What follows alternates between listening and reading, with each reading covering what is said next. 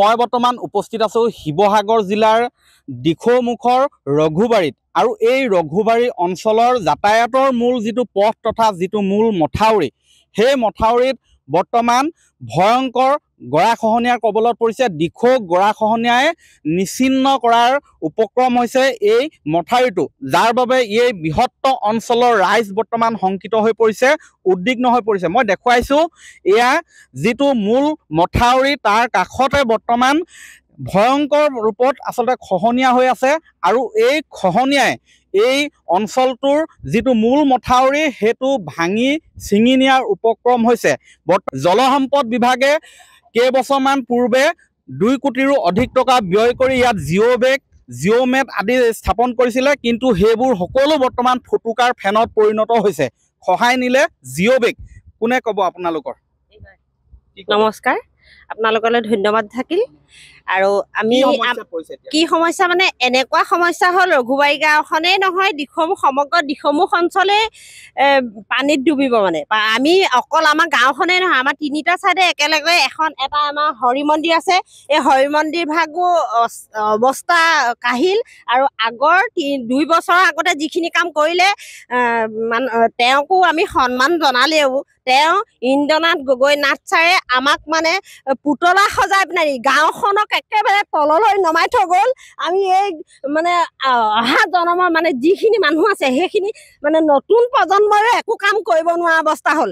আমাৰ অন্য সম্পত্তি নালাগে, গাঁৱত মানে জীয়াই থাকিব পৰাকৈ আমাক অন্ততঃ ৰাস্তাটো অতি সোনকালে নিৰাপত্তা কৰিব লাগে।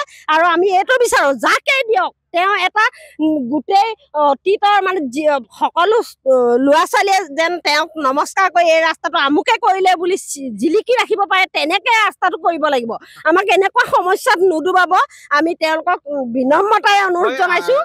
এই যিটো মূল পথ তথা মথাউৰি বৰ্তমান খহনীয়াৰ কবলত। বাইদেউ আপোনাৰ ওচৰলৈ আহিছোঁ, কি ক'ব? নমস্কাৰ। কি দেখিছে ইয়াত? যেতিয়া 18-19 চনত এই কামটো কৰিছিলে, আগৰচোৱা কৰিলে, এতিয়া পিছৰচোৱা এনেকুৱা সংকটজনক অৱস্থা হৈছে, মানুহ তাৰমানে থাকিব নোৱাৰা পৰিৱেশ হৈছে। ল'ৰা ছোৱালী যোৱা পথ হেৰি নাই। এইকেইদিনটো অট'মেটিক খহি আছে, আজি 2 মাহ ধৰি ইয়াত খহি আছে, গৰাখহনীয়া গৈ আছে। আৰু END বিভাগ আহিছে, তেওঁলোকে কাম কৰিছে, তেওঁলোকৰ যিখিনি কৰিব লাগে বাৰু কৰিছে আমি দেখাত, কিন্তু তেওঁলোকে যিমানটো হেৰি কৰিব লাগিছে সেইটো কৰিব পৰা নাই। আৰু তৎপৰতাটো আমি নাই দেখা ইয়াত। আৰু বিশেষকৈ এতিয়া চৰকাৰে এইটো অনুমোদন দিছে বুলি শুনিছোঁ, কিন্তু জৰুৰীকালী আমাৰ এই অনুমোদনটো লাগে। আৰু আগন্তুক যেতিয়া 26 ইলেকশ্যন আহি আছে যদি অধিসূচনা জাৰি কৰি দিয়ে, যদি এই কামখিনি বন্ধ হৈ যায়, গোটেই এখন গাঁও জ্বলাময় নহয়, গোটেই অঞ্চলটো দিখৌমুখ অঞ্চলটো গোটেই হেৰি হৈ যাব, ভয়ানক সৃষ্টি হ'ব। এইফালে অহা যোৱা কৰিবলৈ সুবিধা নাই।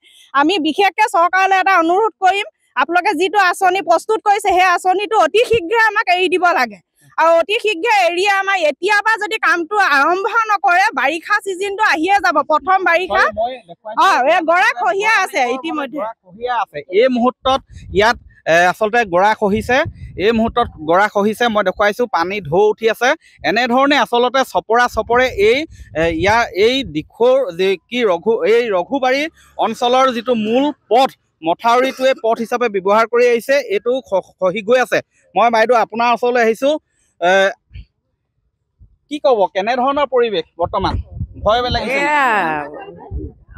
হেৰিয়ে গৰা খহিয়ে আছে আৰু ৰাস্তাটো ভাল কৰি দিব লাগে। আৰু আমাক এই ল'ৰা ছোৱালীয়ে স্কুললৈ যোৱা দিগদাৰ হৈছে, সোনকাল কৰিব লাগে। আৰু এতিয়া এয়া দেখিছে নাই, আমি ভাষ্য লৈ থকা সময়তে ইয়াত চপৰে গৰা খহিছে। মই দেখুৱাইছোঁ ভয়ংকৰভাৱে আচলতে গৰা খহি আছে।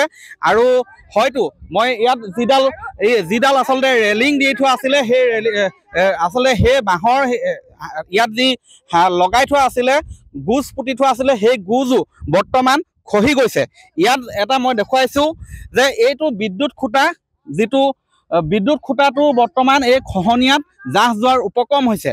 এই খহনীয়া প্ৰতিৰোধৰ বাবে কেইবাখনো আঁচনি গ্ৰহণ কৰিছিলে, কোটি টকা আচলতে ব্যয় হোৱা দেখুৱালে, কিন্তু সেই টকা বৰ্তমান ক'ত আচলতে প্ৰকৃততে খৰচ কৰিলে তাক লৈ প্ৰশ্ন উত্থাপন হৈছে। কাৰণ যি ধৰণে কাম কৰি থৈ গ'ল, ইয়াত খহনীয়া প্ৰতিৰোধ কৰিবলৈ মুঠেই সক্ষম নহ'ল, যাৰ বাবে এইসকল ৰঘুবাৰী অঞ্চলৰ ৰাইজ শংকিত হৈ পৰিছে। আৰু অতি শীঘ্ৰে যাতে এই খহনীয়া প্ৰতিৰোধৰ বাবে পদক্ষেপ গ্ৰহণ কৰে তাৰ বাবে দাবী উত্থাপন কৰিছে।